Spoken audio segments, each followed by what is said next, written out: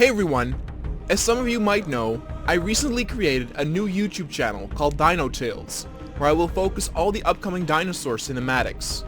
You can find the link to the Dino Tales channel in the description down below. So if you like my dinosaur content and would definitely want to see more, please head on over there and subscribe to my dinosaur channel.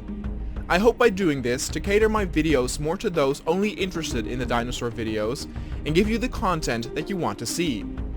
Currently I'm uploading the current season episodes on there, but we'll start the newest season there very soon.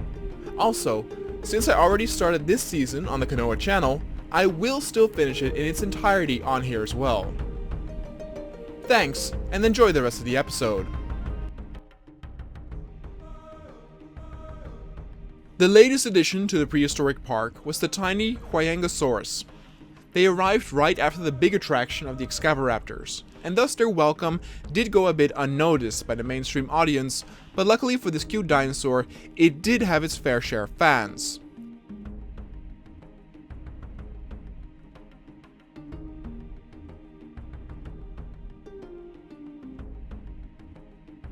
In some children's eyes, they looked like the offspring or a young Stegosaurus, and their bright color palette definitely made them more attractive and engaging for a younger audience.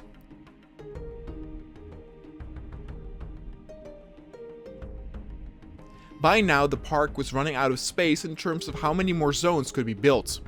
Around 7 or so new areas could be fenced off, so around half a dozen dinosaurs would still be added, though a few additions might be added at existing pens like with the Diplodocus.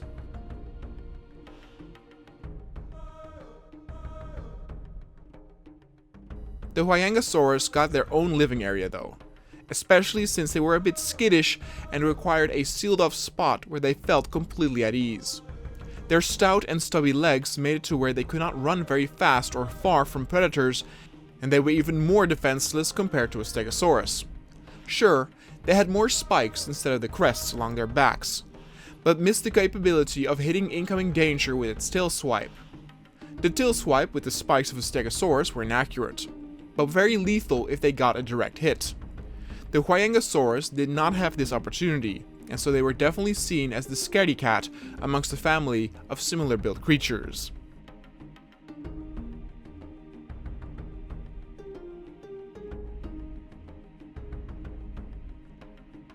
The moving and settling in of the dinosaurs went without any real hiccups as expected. Even though they were quickly scared or agitated, they were never really aggressive when they reached this state.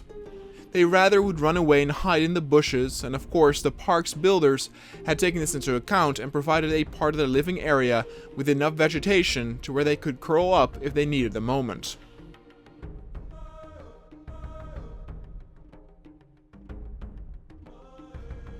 Their position next to larger predators was questioned at first, but with the behavioral inhibitors, it became even clear for these tiny herbivores that they had nothing to fear.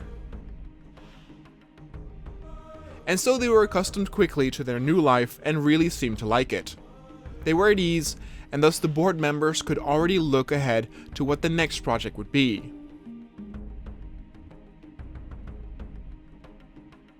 With only such limited space left, they had to be careful of what their next dinosaur would be, and the choice fell on the Dracodon Titan.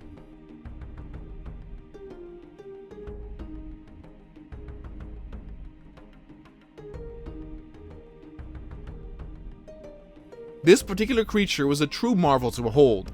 Initially, the zoo did not really want to welcome any hybrid dinosaurs in this particular park, but over the past months, the scientists had spliced and diced the creature's DNA to where they already came up with some very special dinosaurs. Whether they were the exotic-looking Ceratosaurus or the Styracosaurus, or something more specific like the Carnotaur, having the look from the Disney dinosaur movie. The epiphany, of course, were the Godzilla creation and the Oviraptor, which greenlit the process in the final days of the park's build that a hybrid could be added as long as it wasn't a hybrid that the audience had seen before.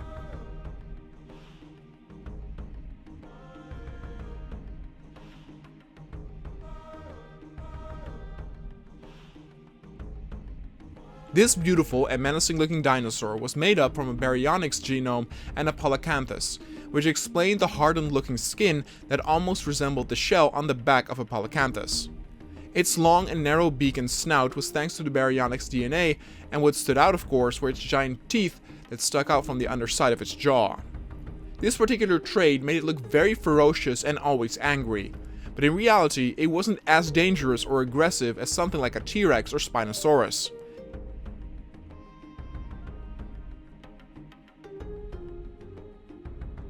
It was of course still very dangerous to us humans, but it definitely looked more evil than it actually was within the Dino Kingdom.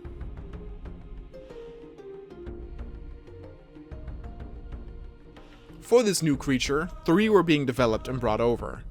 With the behavioral inhibitors, it became more common to have more than 2, even though these plants were initially made to keep the larger carnivores as couples.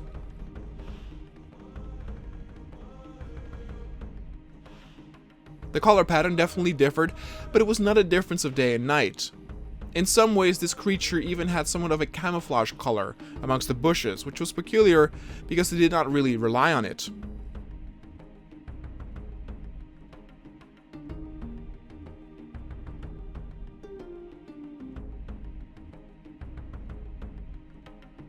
Though it could live off of fish, it also had a taste for meat, and was therefore easy to feed and less picky than something like a baryonyx.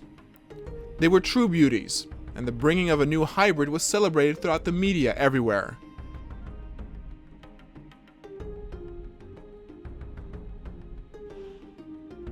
The only thing that was a little suspicious was that all 3 could be seen patrolling along the fence line, maybe being aware of their situation or plotting something. The scientists would keep an extra eye on them to see if the prohibitors properly worked.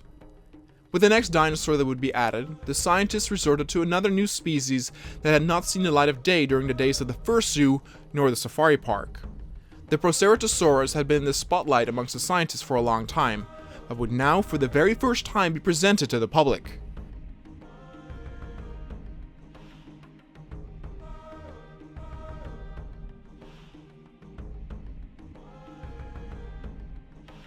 This particular dinosaur had a very interesting history behind it. It was initially reserved to be on display in the first ever Jurassic Park in 1993, but those plans fell in the water during the incident involving Dennis Nedry.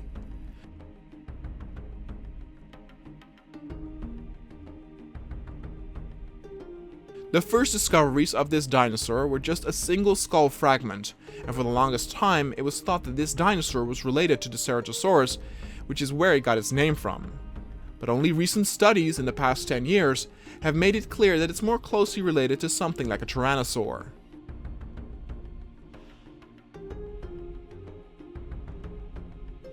With this particular small creature, the one thing that of course stands out is the crest along its nose. It's not grand enough to be used in mating ceremonies of attracting a potential mate, and temperature regulation is also not the purpose, so it's still a bit of a mystery on what it's exactly there for.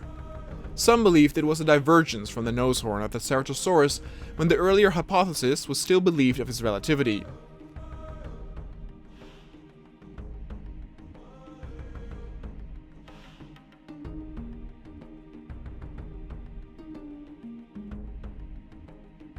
But what was very apparent here were the colorful patterns that each Proceratosaurus had.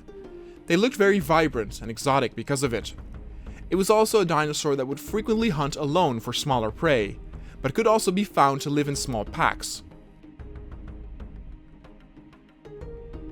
That latest fact made it to where 4 could be imported to the park, and the news and media was once again very hyped for this, even though the hybrid had just already been added. One of the reasons was of course because it was a natural dinosaur that was being welcomed, which would be a first glance for the visitors, which was rare these days.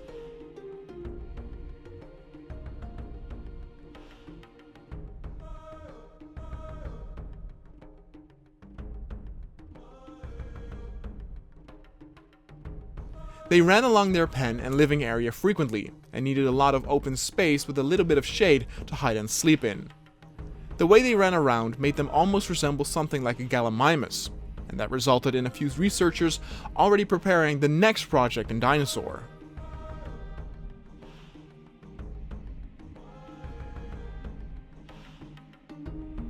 In retrospect, the living zone was very large, to the point where it was possible not to properly get a glimpse of these new additions, since they were so small that they could disappear in the tall grass. It was discussed if more Proceratosaurus would need to be added, but for now, the focus shifted to the next dinosaur that was being brought in, the Gallimimus.